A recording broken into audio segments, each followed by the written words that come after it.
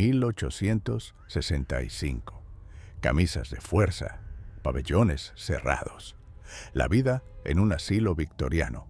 12:33. Imagina por un momento que estás parado frente a una verja de hierro forjado. Es una mañana gris de octubre de 1865. Y la niebla del Támesis ha trepado colina arriba hasta rodear los muros de ladrillo rojo de un edificio que parece querer apartarse del mundo. Sobre el portón, tallado en piedra, puedes leer las palabras «Asilo de lunáticos del condado». Hay guardias, hay silencio. Y desde algún lugar detrás de esas ventanas enrejadas llega un sonido que no es exactamente un grito, ni exactamente un llanto, sino algo entre ambos, algo que la arquitectura misma parece diseñada para ahogar.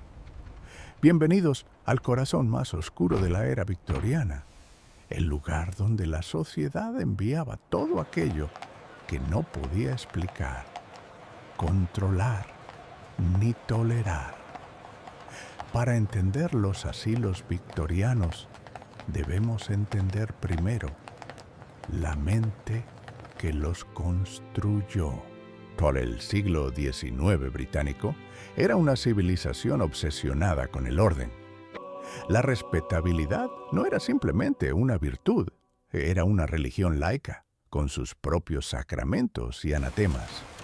La familia nuclear burguesa, el trabajo diligente, la contención emocional, la fe en el progreso y en la providencia divina eran los pilares sobre los que se sostenía toda la estructura. Cualquier desviación de esta norma, cualquier grieta en la fachada de la racionalidad, generaba una ansiedad que la clase media y alta simplemente no podían tolerar. Y la locura era la grieta más aterradora de todas, porque amenazaba lo más preciado del proyecto victoriano, la razón misma. En los primeros años del reinado de Victoria, la comprensión de la enfermedad mental era un territorio de sombras y contradicciones. Los médicos alienistas, como se llamaba entonces a los psiquiatras, oscilaban entre teorías somáticas que buscaban la causa de la locura en lesiones físicas del cerebro y teorías morales que la veían como consecuencia de vicios, pecados o debilidades del carácter. Un hombre que perdía su fortuna en la bolsa y se derrumbaba psicológicamente era, para muchos, víctima de su propia codicia. Una mujer que demostraba una independencia excesiva o una sexualidad activa podía recibir el diagnóstico de histeria o ninfomanía. Un obrero cuya mente cedía ante años de trabajo extenuante, hambre y miseria, era simplemente incontrolable. El asilo prometía curación, pero con demasiada frecuencia funcionaba como una papelera donde la sociedad depositaba sus problemas sin tener que mirarlos a los ojos. Los orígenes del sistema asilar moderno en Inglaterra se remontan a finales del siglo XVIII, pero fue el Acta del Condado de Lunáticos de 1845 la que transformó el panorama de manera radical. Bajo la presión del médico reformista John Connolly y del comisionado de lunáticos, el Parlamento ordenó que cada condado de Inglaterra y Gales construyera y mantuviera un asilo público. El objetivo declarado era humanitario: rescatar a los pobres locos de las jaulas de Bedlam, de los sótanos familiares, de las prisiones donde se mezclaban con criminales, y darles un entorno terapéutico donde pudieran recuperarse. La teoría era el tratamiento moral, a una filosofía que había ganado crédito gracias al cuáquero William Tuke y a su retiro de York a finales del siglo anterior, y que sostenía que un entorno ordenado, tranquilo, con trabajo regular, actividades religiosas y relaciones humanas respetuosas podría devolver la razón perdida. La intención era noble. La realidad fue otra cosa. Durante la primera mitad del siglo, antes de que la industrialización y el crecimiento urbano desbordaran todos los cálculos, los asilos más progresistas intentaron cumplir con aquel ideal. En establecimientos como el asilo de Hanwell, el propio John Connolly abolió el uso de restricciones mecánicas en 1839, un acto revolucionario para su época.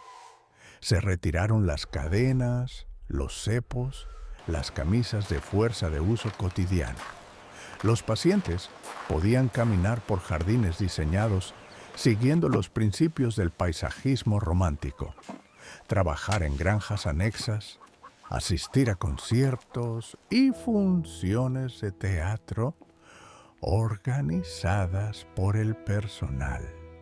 Los informes de la época hablan de salas iluminadas, de pacientes que aprendían a coser o a fabricar cestas, de médicos que se sentaban a conversar con los internos. Era un experimento genuino de reforma. Pero el experimento chocó contra una pared de acero y ladrillos. El número.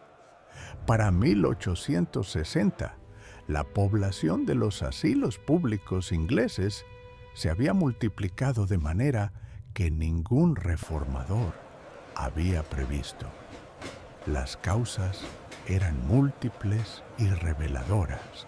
La urbanización masiva había dislocado a millones de personas de sus comunidades rurales, destruyendo las redes de apoyo familiar y comunitario que históricamente habían sostenido a quienes padecían enfermedades mentales, la miseria de los barrios obreros, el alcoholismo, la desnutrición crónica y las enfermedades como la sífilis en sus etapas avanzadas, que destruía el sistema nervioso, generaban un torrente de personas cuyas mentes no resistían la presión. Al mismo tiempo, el propio sistema creó su propia demanda. Una vez que existió la infraestructura, la gente empezó a utilizar los asilos como solución para problemas que antes se gestionaban de otras maneras. Ancianos seniles, huérfanos sin hogar, alcohólicos crónicos, mujeres que se negaban a obedecer a sus maridos o tutores. Todos encontraron su camino hacia las puertas enrejadas. Un asilo diseñado para albergar 300 pacientes podía tener 900 para 1870. Y los jardines terapéuticos se convirtieron en patios de ejercicio donde centenares de personas daban vueltas en silencio bajo la supervisión de enfermeros desbordados. Las salas luminosas se oscurecieron con la superpoblación. El personal, generalmente poco formado y mal pagado, no tenía tiempo para el tratamiento moral individualizado que Connolly había soñado. Lo que importaba era el control, el orden, el mantenimiento de una rutina que impidiera el caos. Y para mantener el orden con tan pocos recursos humanos, la restricción volvió, aunque ya no siempre bajo la forma de cadenas visibles. Entra ahora en aquella sala de 1865. El olor es lo primero que te golpea. Una mezcla de desinfectante a base de cal, ropa sin lavar, el olor dulzón e inconfundible de la humanidad hacinada. Las camas de hierro están alineadas en hileras que se pierden hacia la penumbra de los ventanales altos. Cada cama tiene una mesita, y en algunas de esas mesitas hay una Biblia y nada más. La luz entra filtrada y fría. Los pacientes más tranquilos, llamados crónicos en el argot institucional, se sientan en sillas de madera a lo largo de las paredes, algunos meciéndose levemente, otros con la mirada fija en un punto que no existe en este mundo. Una mujer de mediana edad dobla y desdobla una tira de tela con movimientos precisos y sin fin. Un hombre anciano susurra continuamente una letanía incomprensible que lleva quizás años repitiendo. El diagnóstico que llevó a cada uno de ellos hasta aquí habría sido escrito en registros de admisión que hoy podemos consultar en los archivos de condado y que constituyen uno de los documentos más perturbadores del siglo XIX.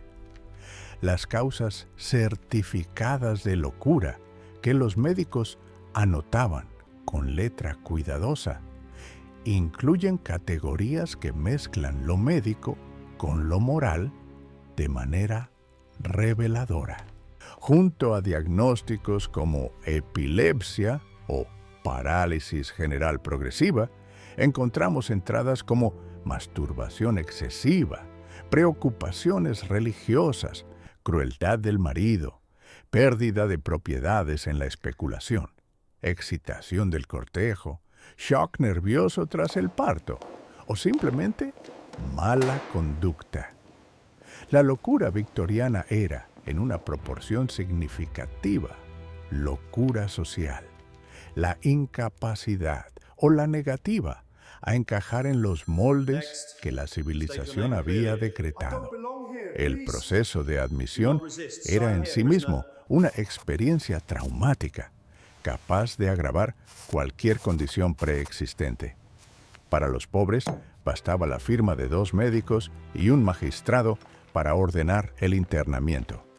Las familias de clase media y alta disponían de establecimientos privados como Ticehurst House o Bethlehem Royal Hospital, donde el pago de 25 libras anuales, una fortuna para un trabajador, garantizaba ciertas comodidades. Pero para los millones que dependían de los asilos del condado, el internamiento significaba la pérdida de todos los derechos civiles. Una vez dentro, el paciente no podía votar, firmar contratos, acceder a sus propios bienes, ni, en muchos casos, salir sin el permiso del superintendente médico. El asilo era, legalmente, un mundo aparte. El personal que habitaba ese mundo aparte vivía también en él, literalmente. Los enfermeros y enfermeras dormían en habitaciones dentro del edificio, trabajaban turnos de 12 a 14 horas y recibían salarios que apenas superaban los de los trabajadores de fábrica más pobres. La formación era mínima o inexistente. No existía un programa de entrenamiento formalizado para el personal de enfermería psiquiátrica en Gran Bretaña hasta finales de la década de 1880. Lo que se esperaba de un enfermero no era comprensión psicológica, sino fuerza física, paciencia y obediencia a la jerarquía institucional. Los abusos eran comunes, aunque raramente documentados.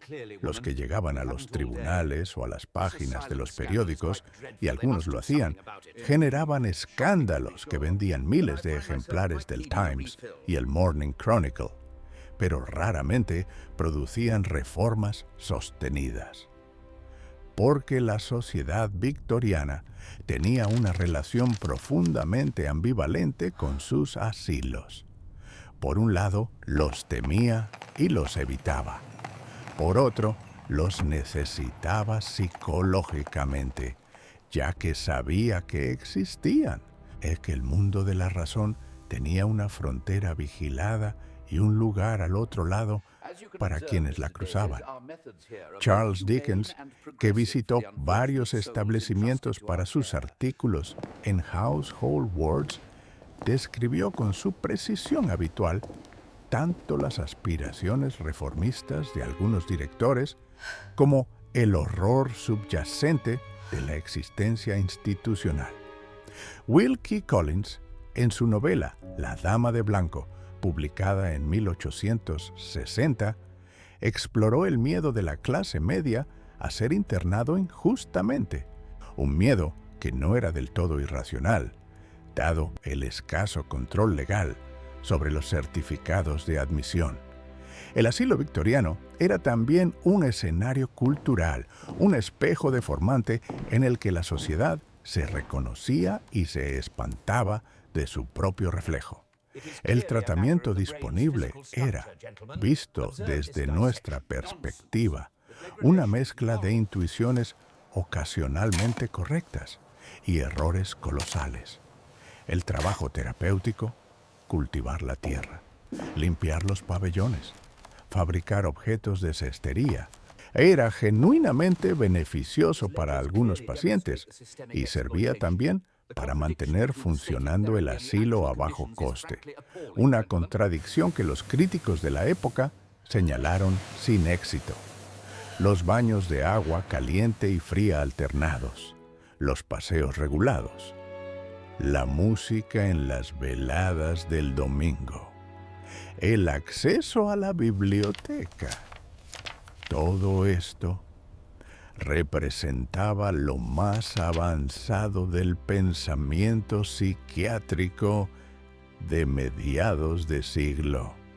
Pero también existían los remedios farmacológicos disponibles, el opio y el láudano para sedar a los pacientes agitados, el bromuro de potasio introducido en los años 60 como antiepiléptico y sedante, el alcohol administrado medicinalmente, y en los casos más desesperados, el aislamiento en las celdas acolchadas, la bañera prolongada donde el paciente era inmovilizado en agua templada durante horas, la camisa de fuerza que los reformadores habían prometido abolir, pero que nunca desapareció del todo de los armarios de los enfermeros.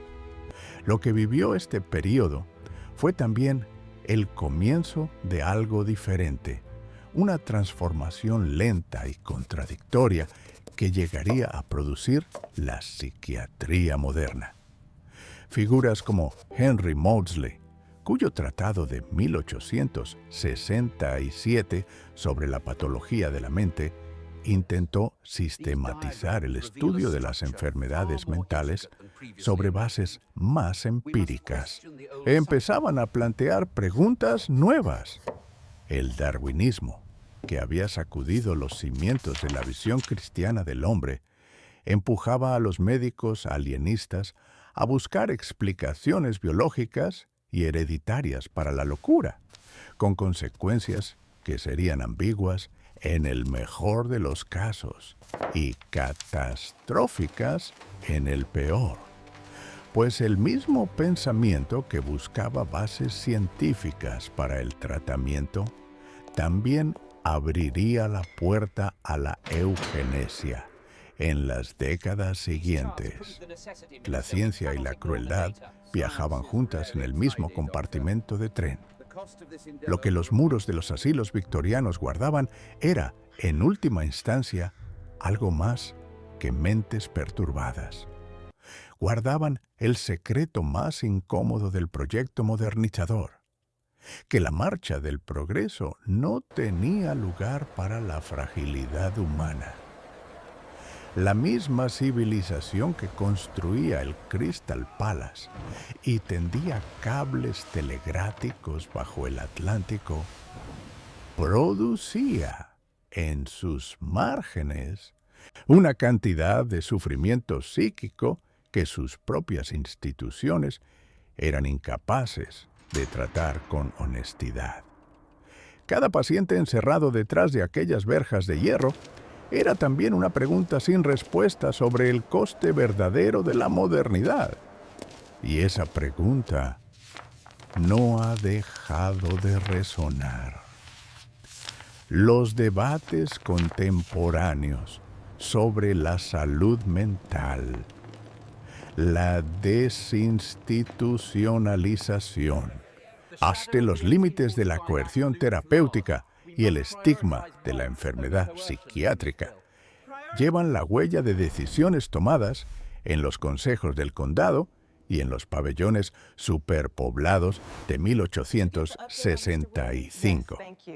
Nuestros sistemas de salud mental, con todos sus avances y todas sus insuficiencias, son hijos directos de aquel experimento victoriano fallido y necesario a la vez. Los edificios que quedan en pie, muchos de ellos reconvertidos en apartamentos de lujo con sus torreones de ladrillo rojo perfectamente restaurados, guardan en sus paredes la memoria de miles de voces que la era del vapor prefirió no escuchar.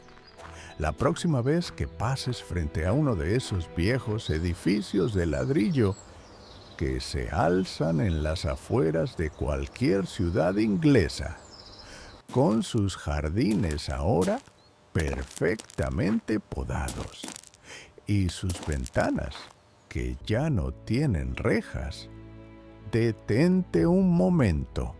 Recuerda que lo que la época victoriana construyó allí no fue solo una institución médica, fue un espejo en el que prefirió no mirarse, y tal vez por eso nos resulta tan difícil todavía apartar la vista. Si quieres explorar más aspectos de la vida en la sombra de la era victoriana, déjanos en los comentarios qué rincón de ese siglo te gustaría visitar la próxima vez.